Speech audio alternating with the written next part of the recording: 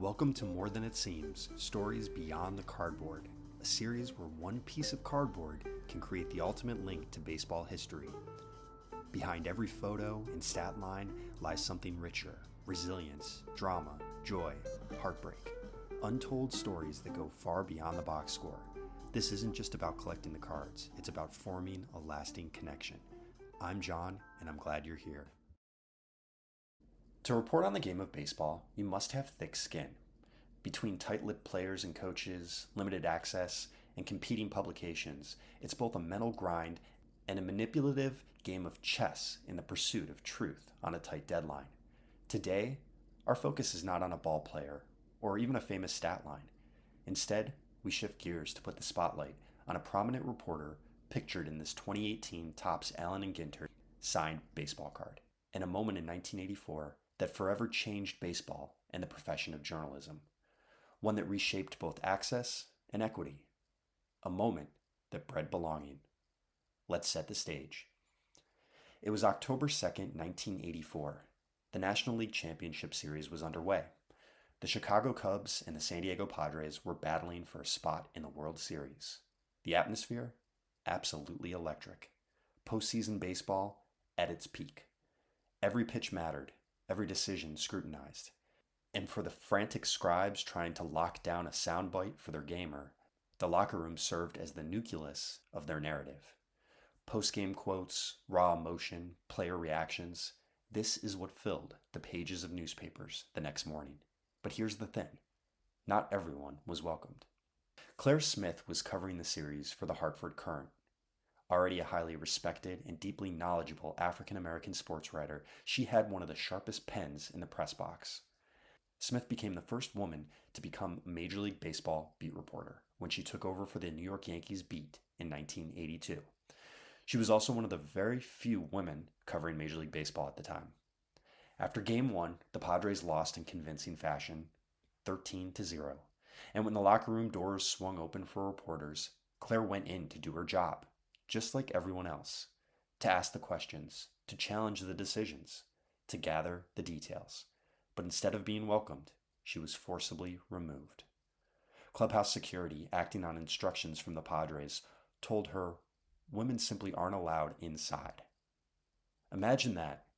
In the middle of the biggest baseball stage of the year, a credentialed reporter, simply trying to do her work, was shoved out because of her gender, despite National League rules requiring equal access to all properly accredited journalists during the playoffs. I was immediately thrown out of the Padres locker room, to the point where one of the Padre employees put his hands on me and pushed me through the door, Smith said. Claire was singled out in front of her peers, and it wasn't just a personal slight. It was a message, intentional or not, that women didn't belong in the same spaces as men. She confronted club officials about it. I was told that I had permission to be in here, and Padres general manager Jack McKeon shrugged and said, "It's Dick Williams' clubhouse." Dismissive, degrading, a moment underscoring just how unwelcome she was, even in the midst of her professional role. But here's where the story shifts. Players noticed. Reporters reacted. And outrage followed quickly. Padres first baseman Steve Garvey emerged from the locker room and vowed to stand there answering her questions for as long as she needed him. Claire said Garvey told her, "Take your time. I'm here for as long as you need." Think about that. One of the team's stars stopping everything just to make sure she got her story. It was a moment that grounded her and helped her regain composure. Following the incident, word spread fast. Claire made contact with the Courant, and concerns quickly mounted. The Baseball Writers Association of America lodged a protest. Colleagues, both male and female, voiced support. And something remarkable happened.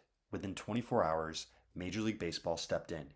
The next day, Baseball Commissioner Peter Ueberroth, just days into his tenure, intervened decisively, announcing that all accredited reporters must have equal access to clubhouses, overriding team-level policies. The commissioner's office told the Padres that women reporters must have the same access as men, period. It was a policy shift that would ripple far beyond that single playoff series. Now let's pause here for a second. Think about the courage it took for Claire Smith to even be in that position. In the early 1980s, sports writing was overwhelmingly male. Walking into those locker rooms as the lone woman wasn't easy. And then to be thrown out? She could have walked away. She could have said, forget this. But instead, by standing there, by not backing down, by letting the world see the injustice, she helped change the rules of the game. This wasn't just about her career. It was about every woman who had come after her. From that point forward, female sports reporters slowly began to gain the same access as their male counterparts. And Claire? She went on to have an extraordinary career. She covered baseball for the New York Times for more than 2 decades, became an editor at ESPN.com, and earned universal respect for her reporting, her fairness, and her insight. Players trusted her, colleagues admired her. And in 2017, the Baseball Writers Association of America honored her with the J.G. Taylor Spink Award, the highest honor for a baseball writer, making her the first woman ever to receive it. When she stood at the podium in Cooperstown to accept that award, she represented not just her own career, but a turning point that had begun back in 1984. I humbly stand on stage for those who were stung by racism or sexism or any other insidious bias and persevered, she said in her speech. You are unbreakable. You make me proud. So what does this moment teach us today? It's about access, yes, but more than that, it's about belonging. Baseball loves to call itself America's pastime, but for a long time, not everyone was allowed to participate fully. Not on the field, not in the press box, and not in the locker room. Claire Smith's story reminds us that progress often comes from one person being brave enough to endure something painful so that doors are open for others. And if you talk to young women covering baseball today, many of them will tell you they stand on Claire Smith's shoulders. They're in the locker room, notebook in hand, asking the same questions as everyone else because Claire was strong enough to say, I belong here. The 1984 NLCS will be remembered by fans for the Padres' convincing comeback against the Cubs. But in another way, it will always be remembered as the series where sports journalism itself changed course. Claire Smith wasn't just covering history. She was making it.